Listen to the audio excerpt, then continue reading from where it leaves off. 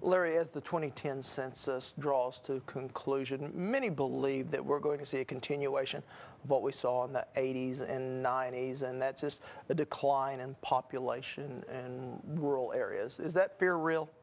Oh, I think so. The estimates are already showing, if you look at 1980 and the population was 42% rural in Oklahoma, estimates say now for 2009 it's going to be 36%. So we're seeing a real decline in rural population in the state. What is driving this? Well, it's lots of things. In particular, we could probably say that incomes are less in rural Oklahoma by about 20%. Jobs and the types of jobs are just not there the way they are in opportunities in the urban areas. Poverty is higher in rural areas. Where does technology come into play? Well, there's no doubt, if you look at broadband access as an example, that rural America has been behind at the back of the bus with respect to that kind of technology. And if they can't get into computer 21st century activities, they are definitely behind. And there's some attempts being made to change that, but it'll take a few years. Has the evolution of agriculture changed the need for population, a higher population in rural areas? Sure, no doubt, and that's been a long time transition occurring, but it continues to occur that as agriculture gets more efficient, they need less human labor to do what they do. And so we saw the mechanical revolution in the 50s and the chemical revolution in the 60s, 70s, and 80s. And now we're seeing this higher tech revolution where you just don't need the labor, so you don't need as many people living in rural areas as before. What type of impact could this have on our rural communities? Well, if you look nationally, we'll probably see a decline in our ability to be represented in Congress. We'll probably go from 5 representatives maybe down to 4. It's hard to say at this point.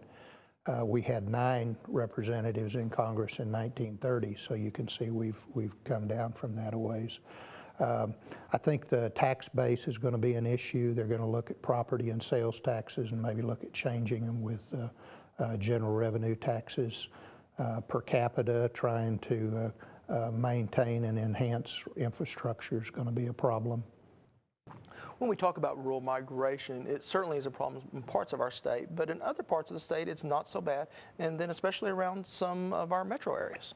You really do have to look at it on a localized basis. We could even say generally that in the western side of the state there's more counties that are likely to lose population, and those are rural counties. And on the eastern side, we're likely to see some of those rural counties begin to increase in population.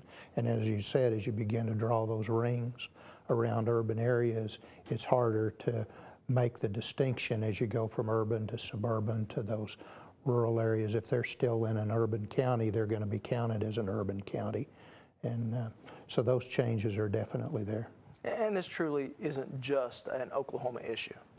It's a global issue. As I started out with, the issue of income and jobs, whether you're looking at Mexico with the migration to Mexico City or any of the other developing countries, you're seeing those rural folks deciding that they need to go to the urban areas to find jobs, to find income, to support their families.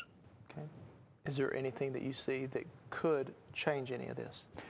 Well, we are seeing a baby boom migration. The cohort that I'm in is getting to retirement age, or they've just retired, and they're thinking about wanting to go back home, which is often a rural area, or they're thinking about wanting to go back to an amenity, natural resource amenity-based area to enjoy the scenery, the mountains or the seashore.